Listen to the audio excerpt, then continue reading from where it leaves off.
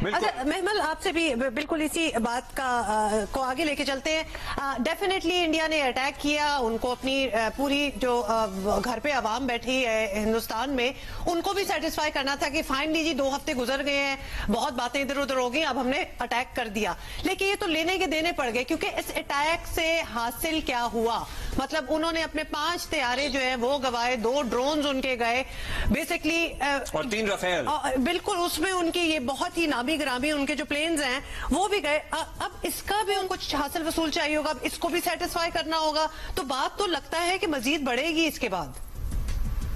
देखिए उमा, पहली चीज तो ये है कि जो पहलगाम का अटैक हुआ था उसके अंदर कोई एविडेंस अभी तक जो है वो शेयर नहीं किया गया। यानी कि आप देखें कि कोई, ये तो उनका अपने मीडिया के भी, अगर आप लोगों से बात करें, मैंने पिछले हफ्ते कई लोगों से उधर इंडिया के अंदर बात भी की और पूछा भी, लेकिन उन्होंने यही कहा कि कोई एविडेंस शेयर किया। और मैं हमें यही एक वजह है कि जिसकी वजह से अभी तक डिप्लोमेटिकली भी इंडिया को, अगर आप देखें कि इंटरनेशनली सपोर्ट नहीं मिली। और ये सपोर्ट, क्योंकि आपने शायद देखा होगा कि इंडियन फॉरेन मिनिस्टर जो थे वो यूरोप को भी क्रिटिसाइज कर रहे थे कि वी डोंट एक्सपेक्ट कि हमारे पार्टनर्स हमें इस तरह प्रीच करेंगे।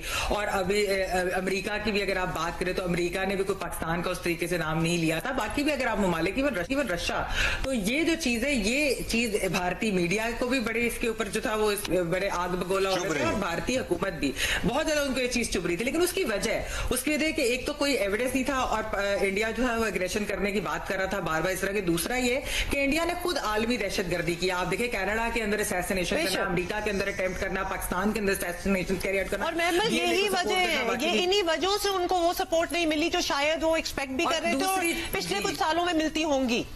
और दूसरा ये है कि हुमा के वो अपने आप को एक ना इधर का बिग बुली समझते हैं ना, बिग ब्रदर अपने आप को समझते हैं कि हम शायद ये खतरे के कुछ है।